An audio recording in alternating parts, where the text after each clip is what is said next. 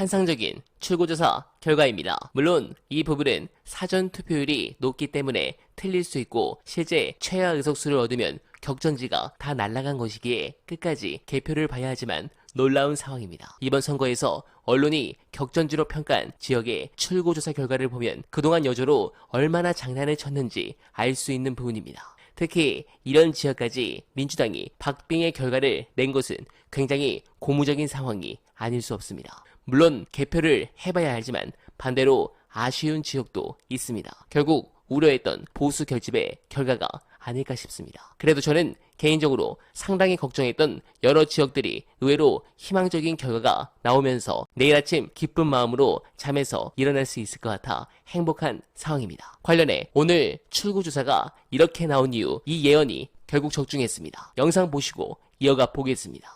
이번 선거는 리콜 선거로 볼 수 있습니다. 여론조사표를 가만히 보면 대개 50% 내외의 응답자가 아주 못한다고 얘기를 해요. 매우 못한다고요. 그리고 앞으로 잘하리라는 기대도 없다고 대답을 해요. 우리가 어떤 제품을 구입했는데 그게 원래 광고에서 받고 계약서에 쓰인 거하고 작동 성능이 완전 다르다. 그러면 리콜을 생각하게 되죠. 그래서 지금 시민들 중에서 많은 분들이 리콜을 하고 싶은 거예요. 원래 지지하지 않았던 사람들은 말할 것도 없고 대선 때 윤석열 대통령을 찍었던 사람들 중에도 상당한 숫자가 리콜을 하고 싶은 거예요. 그래서 야당 쪽으로 기울고 있는 거거든요. 중도층이. 그래서 저는 이 선거는 만약 가장 큰 변수는 대통령 국정수행에 대한 평가다. 이 가설이 옳다면 이 선거는 여당의 패배로 끝날 거고요. 패배로 끝난다는 것은 윤 대통령에 대해서 유권자들이 리콜 신호를 보낸 거다. 그러니까 리콜 해줘야 돼요. 가서 지금까지 작동한 거하고 다르게 작동해줘야 돼요. 대통령이. 네. 지금까지 한 것처럼 하면 정말 나라가 불행해져요. 국민도 불행해지고 본인도 불행해질 거예요. 저는 이 기준 하나로 선거 결과를 볼 겁니다. 아예 폐기 처분할 수도 있습니다만 일단은 고쳐달라고 해야죠.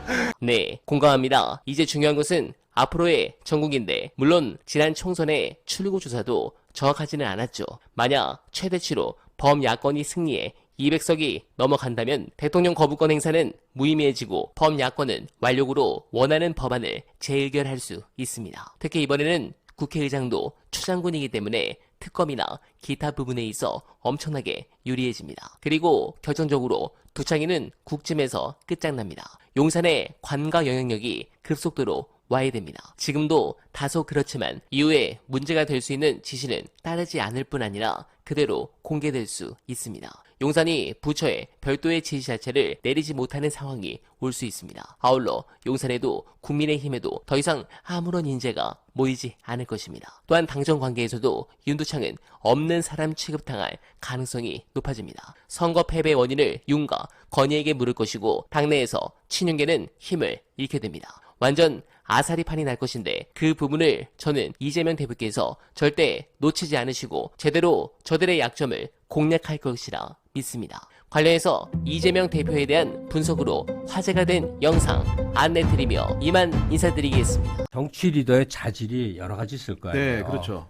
이재명 대표가 그 자질이 좀 많은 사람이야. 근데 그 이재명 대표의 자질 중에 제일 무서운 건 비장함이에요. 사직생. 내가 죽더라도 여기에 바친다는 게 그냥 아주 몸에 배 있는 사람이야. 이재명 씨가 그 시장 통해 가서 상인들하고 요즘 선거 운동하느라고 손을 잡으면요. 정치 리더가 생활이 어려운 서민의 손을 잡아주는 그림이 아니에요. 그냥 그 사람이 그래. 그 사람의 누나, 그 사람의 형제 자매가 다 성남 화장실 청소원으로 하다가 죽고 막 그래. 다 그런 사람들이야. 그러니까 이재명은 존재 자체가 한국의 이 힘겨운 운명의 그 멍해를 온몸에 안고 별별 모욕과 별별 모함을 당하면서 여기까지 온 사람이어서 쳐다보면 눈물 나는 사람이에요.